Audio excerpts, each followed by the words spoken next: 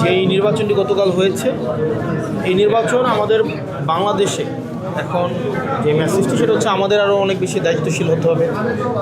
আমাদের সবাইকে অ্যাকোমোডেট করে প্রত্যেকটা নাগরিকের অধিকার রক্ষায় আমাদেরকে সচেষ্ট হতে হবে। আমাদের দেশে যাদেরকে আমাদের রাজনৈতিকভাবে সংখ্যালঘু মনে করা হয় তাদের অধিকার রক্ষায়, তাদের অধিকার সুরক্ষায় আমাদেরকে আরও বেশি সচেষ্ট হতে হবে, যাতে করে একটা বৈশ্বিক একটা বার্তা যায়। বাংলাদেশ হচ্ছে,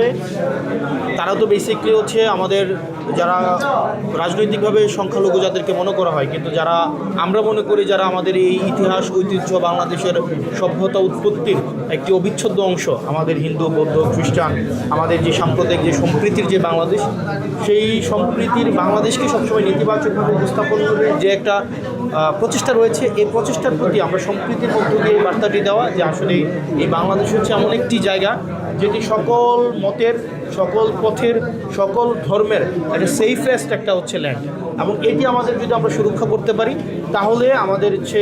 যে ইন্ডিয়াতে যে নির্বাচন পরবর্তী যে আমাদের বাংলাদেশে যেই আমরা ইম্প্যাক্টের সংখ্যাটি করছি, নেতিবাচক ইম্প্যাক্টের সংখ্যাটি করছি, সেটি আসলে থাকবে না। তো শেষ প্রশ্ন, আমাদের যারা বাজেট টিম আছে, আমাদের পার্টির যারা হচ্ছে বিজনেস, আমাদের হচ্ছে ইন্ট্রা স্টেট বিভিন্ন ফ্যাক্ট অ্যানালিসিস করে তাদের সাথে আলোচনা করে এই বিষয়গুলো নিয়ে আসলে ওনারা একটা ক্রিটিক্যাল এবং ডেটা রিলায়েন্ট পর্যবেক্ষণ ওনারা দিতে পারবেন বলে আমি মনে করি।